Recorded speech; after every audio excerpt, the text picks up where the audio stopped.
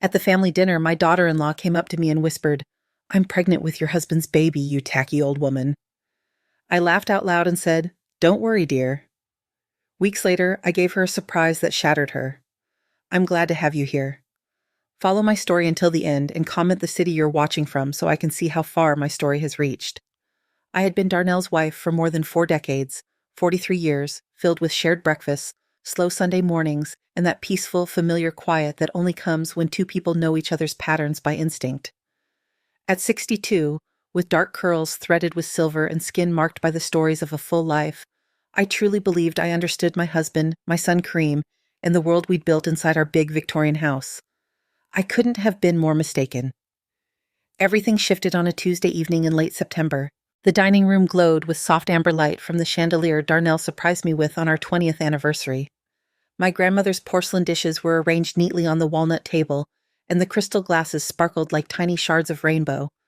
It should have been an ordinary, pleasant family meal with our son and his wife of 3 years. Gabrielle sat across from me, her reddish-brown hair pulled tight the way she always preferred, her hazel eyes sharp as knives.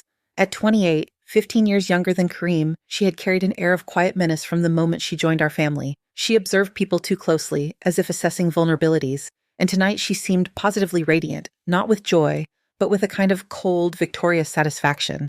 She kept touching her still flat stomach, drawing attention to herself in that subtle way she had mastered. Kareem was oblivious as usual. My son had always been trusting to a fault, seeing the best in everyone.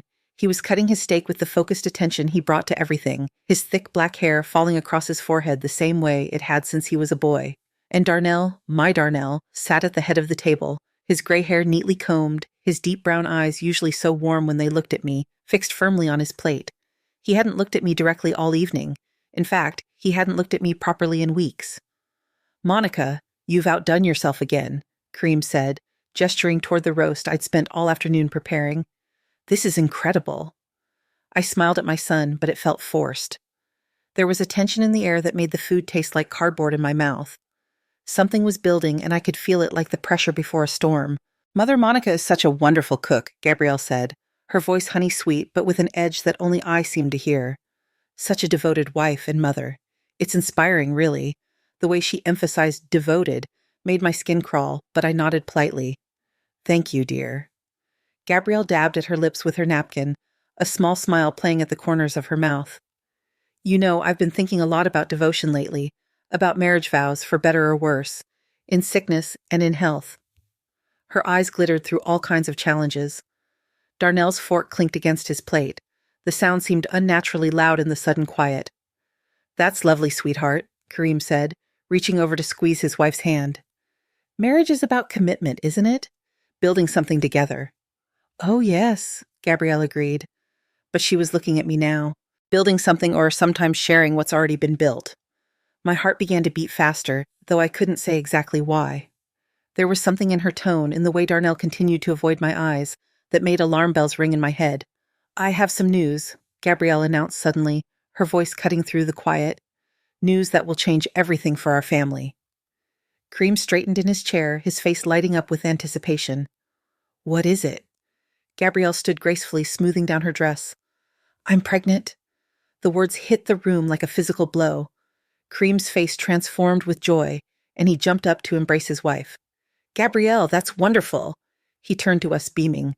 "Mom, Dad, you're going to be grandparents." I should have been overjoyed.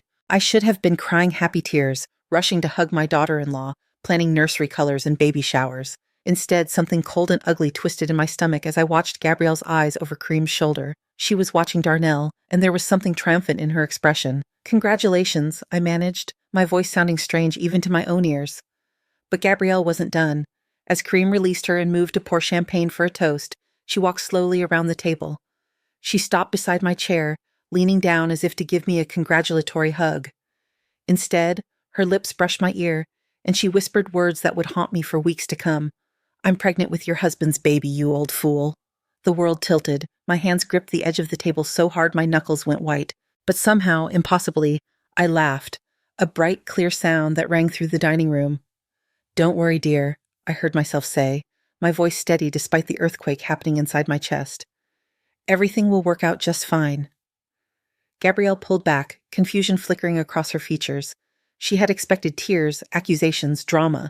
My calm response had thrown her off balance. But as I looked across the table at my husband, my Darnell, who still couldn't meet my eyes, I felt something die inside me. The last of my trust, perhaps, the final thread of certainty about the life I thought I'd built. Kareem was still talking, raising his glass, talking about new beginnings and growing families. His happiness was so pure, so genuine that it broke my heart all over again. How long had this been going on? How many lies had I been living with? I raised my own glass with a steady hand, smiled at my son, and felt my world crumble into dust around me. The rest of dinner passed in a blur. I responded when spoken to, smiled when expected, played the part of the surprised but delighted mother-in-law, but inside I was screaming. When they finally left, Kareem chattering excitedly about cribs and college funds, Gabrielle shooting me one last satisfied look, I stood in my kitchen loading the dishwasher with mechanical precision. Darnell appeared in the doorway, his shoulders slumped with exhaustion. "Monica," he started, his voice rough. "Not tonight," I said without turning around. "I can't do this tonight." I heard him sigh, heard his footsteps retreat up the stairs to the bedroom we had shared for over 4 decades. But I couldn't follow him. Not yet. Maybe not ever. Instead, I stood alone in my kitchen, surrounded by the remnants of what had been my last innocent family dinner, and wondered how long I had been living with strangers. Sleep didn't come that night. I lay in our king-size bed, listening to Darnell's breathing beside me, wondering if the man I had shared my life with was a stranger.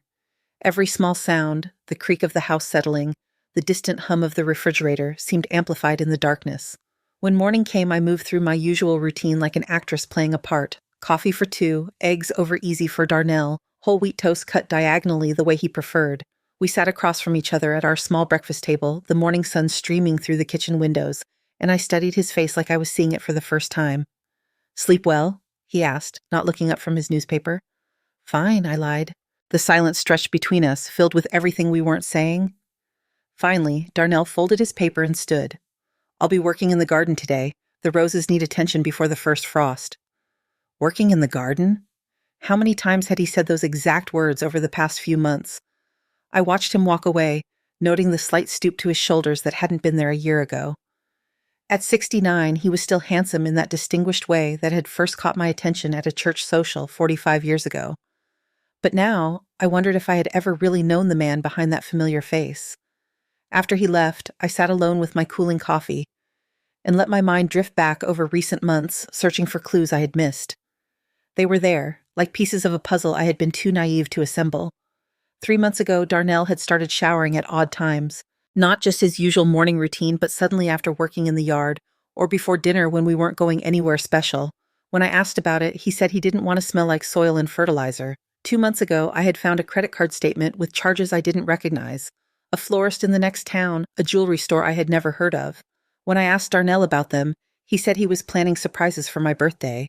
My birthday was still 4 months away, but I chose to believe him. 6 weeks ago, Gabrielle had started dropping by more frequently, always when Kareem was at work, always with some excuse about wanting to learn family recipes or asking for advice about marriage. She would stay for hours, and I would often find her and Darnell having quiet conversations that stopped abruptly when I entered the room. "Just talking about the garden," Darnell would say. Gabrielle's interested in learning about roses, but Gabrielle had never shown any interest in gardening before. In fact, she had once complained that dirt under her fingernails made her feel absolutely primitive. Now, sitting in the harsh light of morning after, those conversations took on a different meaning.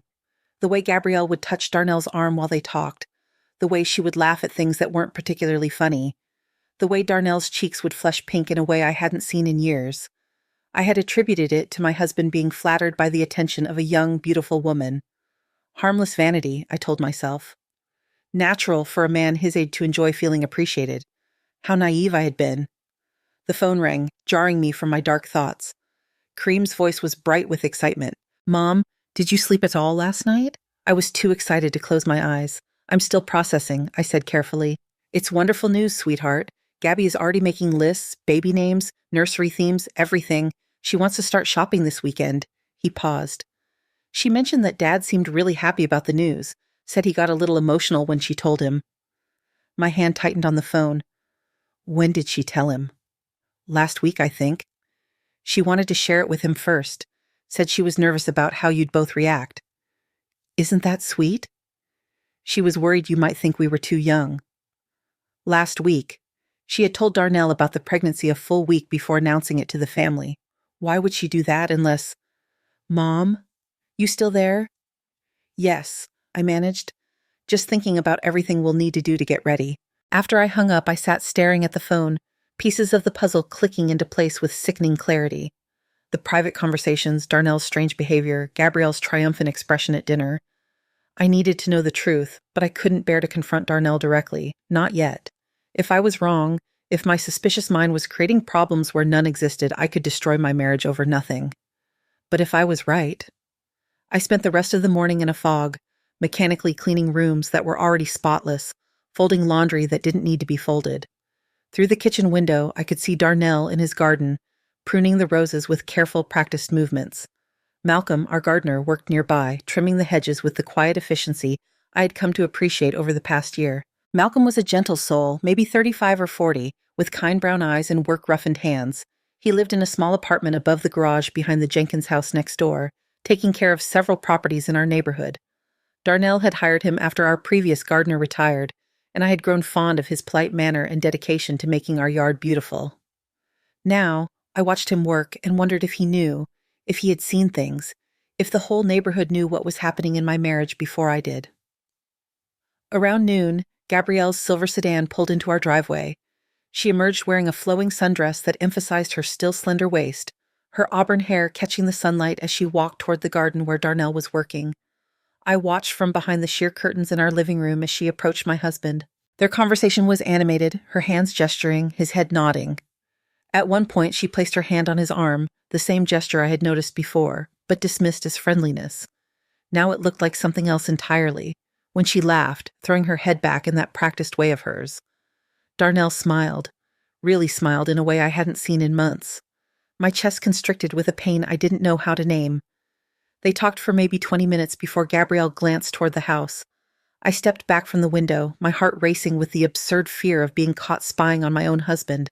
When I looked again, she was gone, her car backing out of the driveway.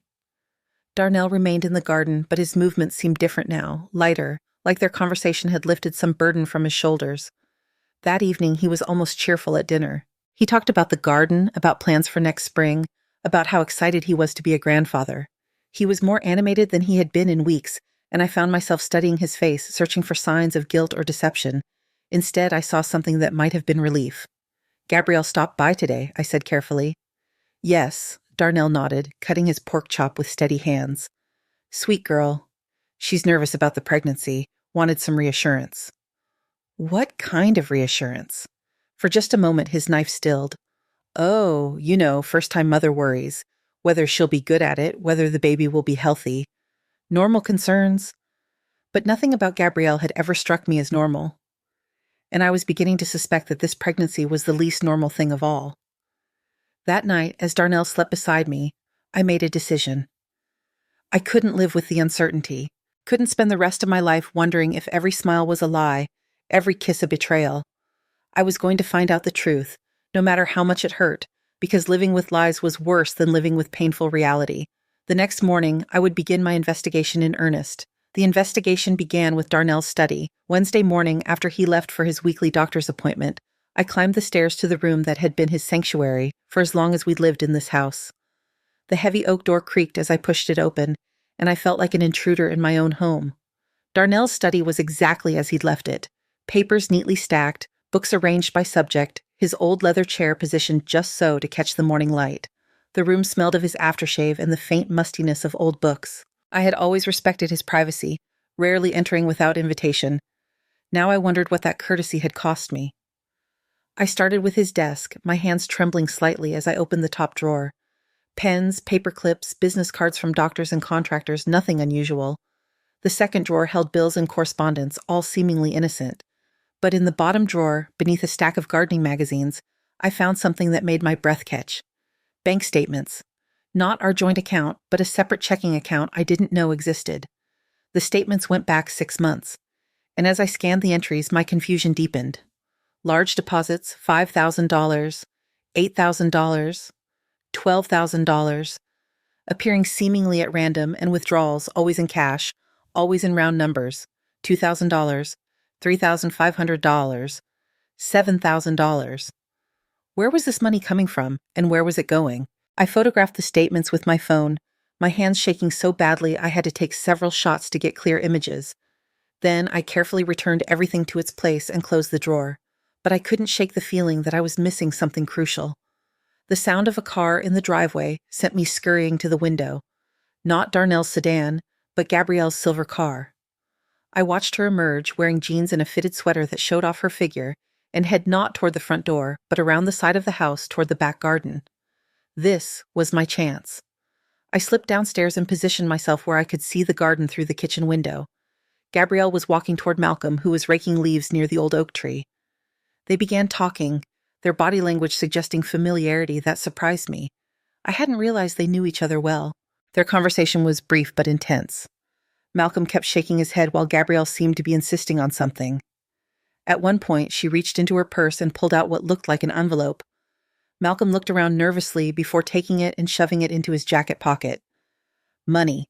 She was giving him money. But why would Gabrielle be paying our gardener? Darnell handled all the household expenses, including Malcolm's wages. Before I could process this fully, another car pulled into the driveway, Cream's blue Honda. I watched my son get out and wave to his wife, who immediately broke away from Malcolm and hurried toward him with a bright smile. "Surprise!" I heard her call out as she threw her arms around him. "I was hoping to catch you for lunch," Cream laughed, spinning her around. "What are you doing here, beautiful?" "I wanted to check on the garden with Malcolm," she said smoothly. "You know how I've been wanting to learn more about plants since we found out about the baby." It was perfectly reasonable, perfectly innocent, but I had seen the envelope, seen Malcolm's nervous glances. This wasn't about gardening. As they walked toward the house, I quickly moved to the living room and pretended to be reading a magazine. They came through the front door, Cream's arm around his wife's waist, both of them glowing with happiness. "Mom," Cream called out, "look who I found plotting with our gardener." "Plotting?" I tried to keep my voice light. Gabrielle laughed, that tinkling sound that always seemed slightly forced. "I was asking Malcolm about what flowers would be best for a baby's room. I thought maybe we could plant a little garden for our son or daughter." "Our son or daughter? But the baby wasn't Cream's, was it?" "The baby was." "That's lovely," I heard myself say. "Malcolm is very knowledgeable."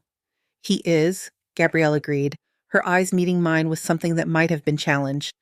"He's been so helpful, so understanding." There was something in the way she said understanding that made my skin crawl, like it meant something more than the obvious. They stayed for lunch, Cream chattering excitedly about baby preparations, while Gabrielle sat quiet and watchful. Every few minutes her gaze would drift toward the window that looked out on the garden where Malcolm was still working. She seemed nervous, distracted, not like the confident woman who had dropped her bombshell at dinner 2 nights ago. "Everything okay, sweetheart?" Cream asked, noticing his wife's distraction. "Just tired," she said quickly. "Pregnancy hormones, you know." But I was studying her face, and tired wasn't what I saw. I saw calculation, worry, the expression of someone whose carefully laid plans might be going awry.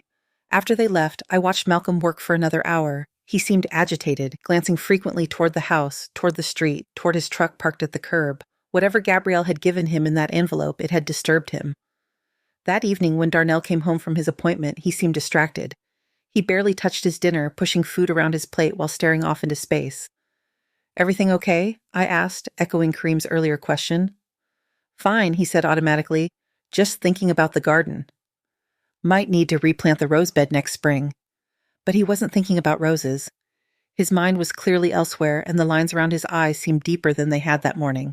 The phone rang just as we were clearing the dinner dishes. Darnell answered, and I watched his face go pale as he listened. "Yes," he said quietly. "Yes, I understand. Tomorrow evening, I'll be there." He hung up and stood for a moment, his hand still on the phone. "Who was that?" I asked. "No one important," he said, but his voice was strained. "I need to run an errand tomorrow after dinner." "An errand at night?" After 43 years of marriage, my husband had never been one for mysterious evening errands. The next evening, Thursday, I watched from our bedroom window as Darnell backed out of the driveway at 7:30 Hassi. He had been quiet all day, distracted and jumpy. When I asked where he was going, he mumbled something about meeting someone about garden supplies. Garden centers weren't open at 7:30 in the evening. 20 minutes after he left, I heard voices in our backyard. Peering through the curtains, I saw Gabrielle and Malcolm standing near the garden shed, their conversation urgent and heated. Even from a distance, I could see that Malcolm was upset, gesticulating wildly while Gabrielle stood with her arms crossed. I couldn't hear what they were saying, but their body language told a story of conflict, of disagreement about something serious. At one point, Malcolm threw his hands up in apparent frustration and started walking toward his truck. Gabrielle followed him, grabbing his arm. They argued for another few minutes before Malcolm shook his head one final time and got in his truck.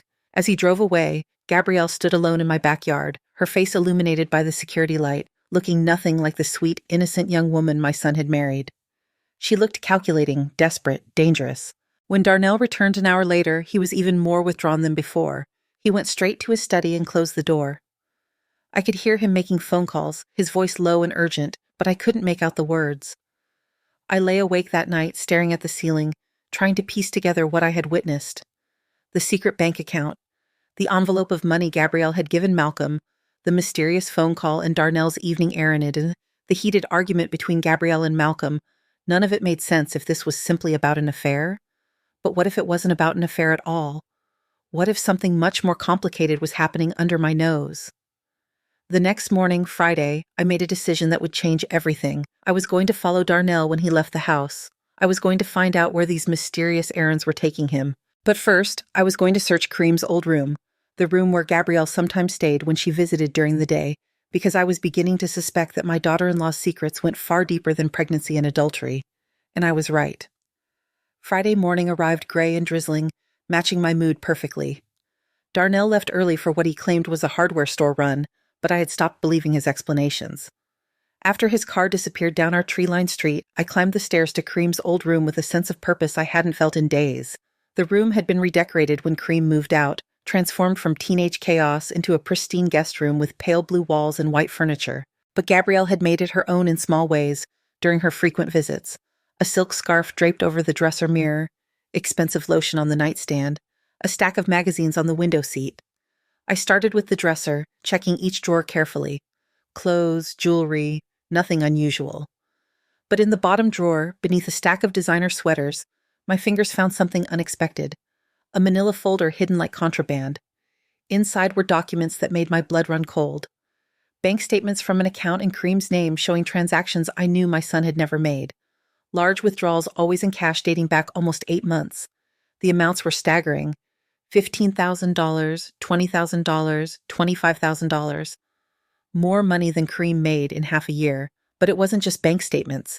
There were credit applications in Kareem's name for cards I'd never heard him mention, loan documents for amounts that would cripple his finances, and at the bottom of the folder, a handwritten list in Gabrielle's elegant script. Northwestern Mutual, $45,000. Chase credit line, $30,000. Personal loan, M. Santos, $18,000. Emergency fund, $12,000. My hands shook as I photographed everything, my mind racing to understand what I was seeing. This wasn't just about an affair. This was about money. Lots of money. Money that my son didn't have. A sound from downstairs made me freeze, the front door closing. I quickly returned everything to its place and crept to the window. Gabrielle's car was in the driveway and she was walking toward the house with her usual confident stride. I made it downstairs just as she entered through the front door using the key we'd given her after the wedding. "Monica," she called out, her voice bright with false cheer. "I hope you don't mind me letting myself in. I was hoping we could have a little chat." My mouth went dry. Of course. Would you like some coffee? That would be lovely. I busied myself with the coffee maker, hyper-aware of Gabrielle settling herself at my kitchen table like she owned the place. When I turned around, she was watching me with those sharp hazel eyes, a small smile playing on her lips. "You seem nervous," she observed, tilting her head. "Is everything all right?" "Just tired," I lied, setting her cup in front of her. "Didn't sleep well." She took a delicate sip. "I imagine you have a lot on your mind. New babies can be overwhelming, especially when they're unexpected." There was something in her tone that made me study her face more carefully. She looked different today, harder somehow, like she had dropped some of the sweet young wife act she usually wore around me. "Gabrielle," I said carefully, "can I ask you something?" "Of course. Why did you tell Darnell about the pregnancy before you told Kareem?" Her cup paused halfway to her lips. For just a moment, something flickered across her face. Surprise, maybe, or calculation? Then the smile returned. "I was nervous," she said smoothly. I wanted to make sure the family would be supportive before I told my husband. Darnell has always been so kind to me. Kind, I repeated, very kind. Protective even. He's been so worried about me lately. She set down her cup and leaned forward. Has he mentioned that I've been having some difficulties? What kind of difficulties? Oh, just some stress. Financial pressures. Her eyes never left mine. You know how it is when you're young and trying to establish yourself. Sometimes you make choices that seem reasonable at the time but become complicated later. I felt like I was walking through a minefield. What kind of choices? Gabrielle laughed, but there was no warmth in it. The kind that require understanding family members. The kind that require discretion. She paused, studying my face. The kind that your husband has been so helpful with. My chest tightened. I don't understand. Don't you? She stood up, moving to the window that looked out on the garden. Darnell is such a good man. Such a devoted father. He'd do anything to protect his family, wouldn't he? Even if it meant sacrificing his own reputation. The words hung in the air like poison. I stared at her back, at the casual way she surveyed my garden like she was evaluating real estate. What are you saying? I whispered. She turned around and the mask was completely gone now. What I saw in her face was cold calculation, the expression of someone who held all the cards and knew it. I'm saying that some secrets are more valuable than others, Monica, and some people will pay dearly to keep those secrets buried. Before I could respond, the sound of voices outside caught our attention. Through the window, I could see Darnell and Malcolm having what looked like an intense conversation near the tool shed. Darnell was gesturing emphatically while Malcolm kept shaking his head. Gabrielle's face changed, a flash of something that might have been panic crossing her features. Excuse me, she said quickly, heading for the back door. I need to speak with them. I followed her outside, staying close enough to hear, but trying to appear casual. The conversation stopped abruptly when Gabrielle approached, but the tension in the air was thick enough to cut.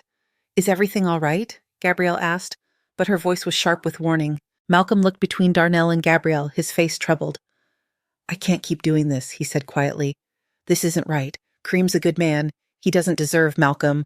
Gabrielle's voice was ice cold. We've discussed this. You've discussed what? I asked, stepping closer.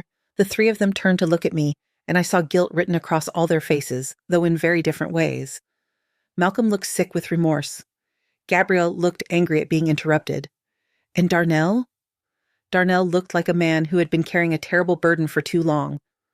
Monica, he said, his voice rough, you shouldn't be out here. In my own backyard? I kept my voice steady despite the chaos in my chest. What exactly have you all discussed that I shouldn't hear? Silence stretched between us, filled only by the sound of rain pattering on the leaves above our heads. Finally, Malcolm spoke. I can't do this anymore, he said, looking directly at me. Mrs. Harden, there are things you need to know. Things about... That's enough, Gabrielle snapped. Malcolm, we had an agreement. What agreement? I demanded. Malcolm looked at Darnell, something pleading in his expression. Tell her, he said. She deserves to know what's really happening. Darnell closed his eyes, and when he opened them, they were filled with a pain so deep it took my breath away. Monica, he whispered, I never wanted you to find out this way. Find out what? But even as I asked, pieces were clicking together in my mind. The bank statements upstairs, the mysterious errands, Gabrielle's veiled threats about secrets and protection. It's not what you think, Darnell said urgently. It's not what she wants you to think. Gabrielle laughed, a sound like breaking glass. Oh, but it is exactly what she thinks, isn't it, Monica? Your devoted husband carrying on with his son's wife. Such a cliché. I stared at my husband, searching his face for the truth. Monica, I'm not having an affair, he said, his voice breaking. I would never. He stopped, looking helplessly at Gabrielle. But I can't explain without... Without what? I pressed. Without destroying our son's life, Gabrielle finished for him, her smile triumphant. You see, Monica, your husband loves Kareem too much to tell him the truth about his wife, about what I've been doing, about what I know. The world seemed to tilt around me. What you know about what? Malcolm stepped forward, his face pale but determined. About the money, he said quietly. About what Kareem's been doing to pay his gambling debts, about the account she made him open, the loan she convinced him to take out. Malcolm, Gabrielle warned. But Malcolm continued, the words pouring out like he'd been holding them back for months. She's been blackmailing Mr. Harden, threatening to destroy Kareem if he doesn't cooperate with her lies, making him pretend to be having an affair to cover up what she's really been doing. My legs nearly gave out. I grabbed the fence post for support, staring at the three faces in front of me. Gambling debts? Darnell nodded miserably. Online poker, sports betting. It started small, but... He spread his hands helplessly. He owes over $100,000, Monica, to dangerous people. And she knows. She's the one who got him into it, Malcolm said, his voice thick with disgust. Introduced him to the sites, encouraged him to bet bigger. Then, when he was in too deep, she offered to help for a price. I looked at Gabrielle, who was watching this revelation with something that might have been amusement. What price? Silence, she said simply. Cooperation. A marriage that gives me access to your family's resources. Her hand moved to her stomach. An insurance for the future. The baby, I whispered. Isn't Kareem's? Malcolm finished quietly. It's mine. The silence that followed was deafening. Rain continued to fall around us, but I barely noticed. Everything I thought I knew about my family, about my marriage, about the past few months was crumbling like sand. Gabrielle clapped her hands slowly, mockingly. Well, she said, I guess the cat's out of the bag now. The question is, Monica, what are you going to do about it? The confrontation in the garden left me feeling like I'd been hit by a truck. I sat in my living room for hours after they all left, staring at nothing, trying to process the enormity of what I'd learned. My son was drowning in gambling debt. My husband was being blackmailed. My daughter-in-law was a calculating manipulator who was pregnant with our gardener's child. And somehow I was supposed to figure out how to handle this without destroying everyone I loved. The next few days passed in a strange, suspended reality. Darnell and I moved around each other like ghosts, both of us knowing that everything had changed, but neither quite ready to address it. He tried to explain several times, approaching me with that haunted look in his eyes, but I held up my hand each time. Not yet, I told him. I need to think. And I did think, constantly, about Kareem's gambling, about how I'd missed the signs of his addiction, about Darnell's sacrifice, taking on the role of the unfaithful husband to protect our son from the consequences of his choices, about Gabrielle's web of lies and manipulation. But mostly, I thought about Malcolm. He had quit the next day, of course, left a note saying he was moving back to his hometown, that his services were no longer needed. I found the note tucked under a flower pot by the back door, his handwriting shaky and apologetic. I'm sorry for everything, it read. I never meant for any of this to happen. I hope someday you can forgive me. But I wasn't angry with Malcolm. If anything, I felt sorry for him. Gabrielle was like a spider, and he had simply been another fly caught in her web. It was Tuesday of the following week when fate handed me the key to everything. I had been avoiding going upstairs, avoiding Kareem's old room where I'd found those damning financial documents. But that morning I heard running water in the guest bathroom, the one that adjoined that room. Gabrielle was here again, using our house like her personal refuge. I waited until I heard her go downstairs, then went to check that she hadn't left the water running. It was a silly excuse, but I needed to do something, needed to feel like I had some small measure of control in this chaos. The bathroom was pristine as always after one of Gabrielle's visits.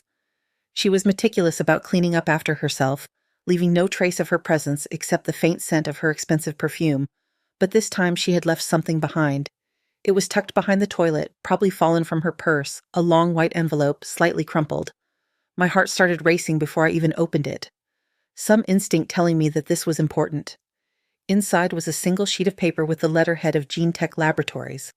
A DNA test result dated just 3 days ago. My hands trembled as I read the clinical language that spelled out the truth in black and white. Paternity test results. Mother, Gabrielle Elise Harden. Child, unborn via amniocentesis. Alleged father 1, Kareem Jamal Harden. Excluded, probability of paternity 0%. Alleged father 2, Malcolm Tyrone Jenkins. Not excluded, probability of paternity 99.7%. I sank onto the closed toilet seat, the paper shaking in my hands. Here it was, the proof I needed. The baby wasn't Kareem's. It wasn't even Darnell's as Gabrielle had claimed. It was Malcolm's. But why did she have a paternity test? If she was planning to pass the baby off as Kareem's, why risk confirming the truth? The answer came to me in a flash of horrible clarity. Insurance. This was her insurance policy. Her proof that she could destroy our family whenever she chose. She could produce this test at any time, claim that Darnell had forced her to lie, paint herself as the victim of a powerful older man. She was covering all her bases, making sure she had leverage no matter what happened. I heard footsteps on the stairs and quickly folded the paper, slipping it into my cardigan pocket. By the time Gabrielle appeared in the bathroom doorway, I was calmly checking the faucet. "Monica," she said, her voice carefully neutral. "I didn't know you were up here." "Just making sure everything's turned off properly," I said, meeting her eyes in the mirror. "You know how these old pipes can be." She nodded, but I could see calculation in her expression. She was wondering if I'd found anything, if I'd seen something I shouldn't have. "How are you feeling?" I asked, turning to face her. "With the pregnancy, I mean." "Fine," she said carefully, "a little tired. The doctor says everything looks normal. That's good." "When is your next appointment?" "Next week." She paused. "Kareem's coming with me. He's so excited to see the ultrasound." My heart broke for my son. His joy was so pure, so genuine, and it was all built on lies. "Gabrielle," I said softly, "isn't there anything you want to tell me?" For just a moment, her mask slipped. I saw uncertainty there, maybe even a flicker of guilt. But then the cold calculation returned. Like what? The truth. We stared at each other in that small bathroom, two women who both knew far more than we were saying. Finally, Gabrielle smiled, that sharp, predatory smile I was learning to hate. The truth is subjective, isn't it, Monica? There's what happened, and there's what people believe happened. And sometimes what people believe is more important than facts. She moved past me toward the door, then paused. "By the way," she said, her voice casual, "I seem to have dropped something from my purse. You haven't seen anything, have you?" My hand moved instinctively to my pocket where the DNA test results crinkled softly against my fingers. "No," I said steadily. "Nothing at all." She studied my face for a long moment, then nodded. "I'm sure it will turn up," she said. Important things always do. After she left, I sat in that bathroom for a long time, holding the paper that could change everything. I could show it to Kareem right now, expose Gabrielle's lies, free Darnell from her blackmail. But I knew it wasn't that simple. Kareem would be devastated. Not just about the affair that wasn't really an affair, but about his gambling addiction being exposed, about the debt that had made him vulnerable to Gabrielle's manipulation in the first place. He might never recover from the shame. And Malcolm, poor Malcolm, who had been as much a victim as any of us, would be dragged back into this mess, forced to face the consequences of a moment of weakness. But as I sat there, thinking about Darnell's haunted eyes and Kareem's innocent excitement about becoming a father, I realized that the truth had to come out. Not all at once, maybe. Not in a way that destroyed everyone, but somehow, some way, the lies had to end. That evening, I found Darnell in his study, staring at papers he wasn't really reading. When I knocked on the doorframe, he looked up with eyes that held no hope. "Can we talk?" I asked. He nodded, gesturing to the chair across from his desk. I sat down and pulled the DNA test from my pocket, laying it on the polished wood between us. His face went white as he read it. "Where did you—" She dropped it. "In the bathroom upstairs." Darnell ran his hands through his hair, suddenly looking every one of his 69 years. "Monica, I can explain. You don't need to explain," I said quietly. "I know you're not having an affair. I know she's been blackmailing you. I know about Kareem's gambling." He stared at me in amazement. "You know?" "Malcolm told me before he left." I leaned forward. "Darnell, why didn't you just come to me? Why didn't you trust me with the truth?" His eyes filled with tears, the first time I'd seen my husband cry in 20 years. "Because I couldn't bear to see you look at Kareem the way you looked at your father," he whispered. The words hit me like a physical blow. My father had been a gambler too, had lost our family home when I was 16. The shame and disappointment had colored my entire youth, and Darnell knew how deeply those scars ran. "You thought I would blame him? I thought it would break your heart. And I thought I could handle it. Pay off his debts quietly. Get him help. Make it go away before you ever had to know. But Gabrielle found out." He nodded miserably. She encouraged it, got him deeper in debt than he could ever repay on his own, then offered to help if I played along with her story about the affair. "Why? What does she get out of it?" "Time," he said simply. "Time to establish herself in our family. Time to make herself indispensable. And a cover story for when the baby comes and doesn't look like Kareem." I looked down at the DNA test again. "She was going to blame you eventually." "Yes. Make it look like I seduced her, forced her into the affair, paint herself as the victim." He laughed bitterly. "She's very clever, that Gabrielle." "But not clever enough," I said, holding up the paper. "She made a mistake." Darnell looked at me with something that might have been hope. "What are you thinking?" I stood up, smoothing down my skirt, feeling more determined than I had in weeks. I'm thinking it's time for a family dinner, I said. And this time, I'm going to be the one with surprises. The look of relief and admiration on my husband's face made 43 years of marriage feel worth fighting for. I spent 3 days planning that dinner with the precision of a military strategist. Every detail had to be perfect: the timing, the setting, the revelation that would finally free my family from Gabrielle's web of lies. Thursday evening, I called Kareem and invited them for Sunday dinner. Just family, I said, making sure my voice carried the warmth of a grandmother-to-be. I want to celebrate the baby properly this time. Kareem was delighted. That's wonderful, Mom. Gabrielle has been worried that you were upset about something. This will mean the world to her, if only he knew. I spent Saturday cooking all of Kareem's favorite foods: pot roast with vegetables, homemade bread, apple pie from my grandmother's recipe. The house filled with the rich sense of comfort and tradition, of Sunday dinners from his childhood when life was simpler, and our biggest worry was whether he'd finish his homework. Darnell watched me work with a mixture of admiration and anxiety. We had talked late into the night after I found the day test, planning how to handle the revelation. He wanted to confront Gabrielle directly, but I convinced him that a more subtle approach would be better. She thrives on drama, I told him. She expects tears and accusations. We're going to give her something she won't know how to handle: quiet dignity and irrefutable proof.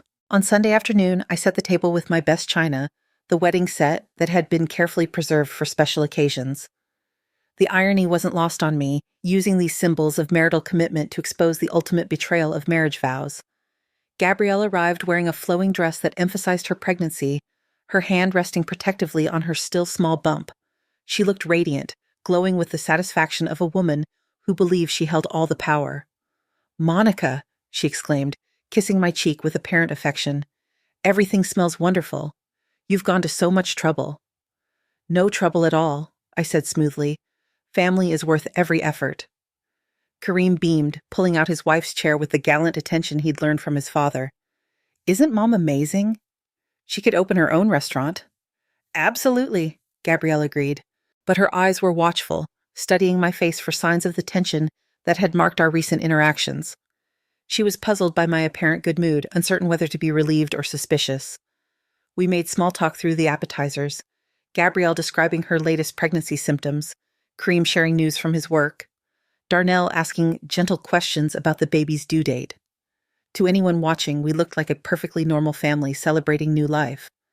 But I was watching Gabrielle carefully, noting how she deflected certain questions, how her hand moved to her stomach whenever the conversation turned to specifics about the pregnancy. She was performing the role of expectant mother, but there was something calculated about it, like she was remembering lines from a script. "You know," I said casually as I served the main course, "I've been thinking about family history lately, about genetics." Gabrielle's fork paused halfway to her mouth. "Genetics?"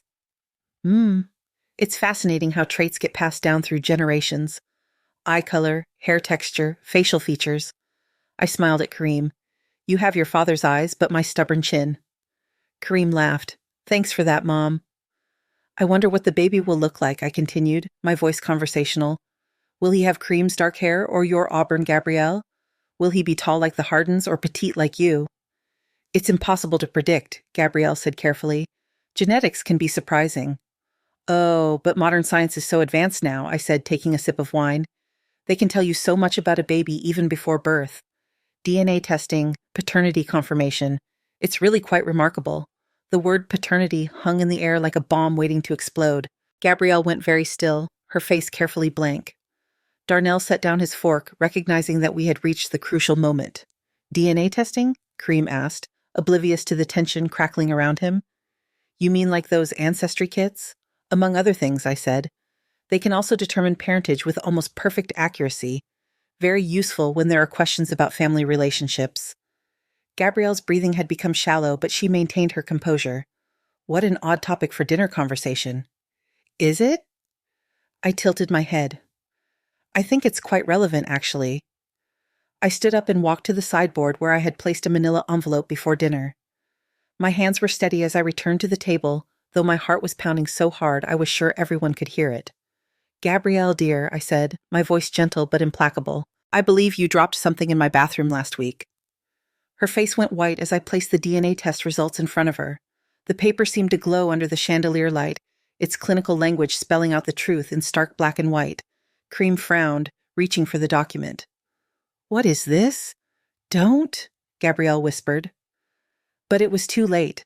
I watched my son's face as he read, saw confusion give way to understanding, then to devastation. The silence stretched between us, heavy with the weight of shattered illusions. "I don't understand," Kareem said finally, his voice barely audible.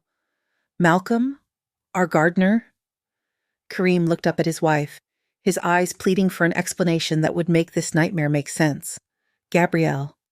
She sat frozen, trapped between denial and confession, her carefully constructed world crumbling around her. "The baby isn't yours, son," I said gently. "It never was." What followed was the most painful hour of my life. Kareem's face crumpled as the truth sank in. Not just about the baby, but about everything.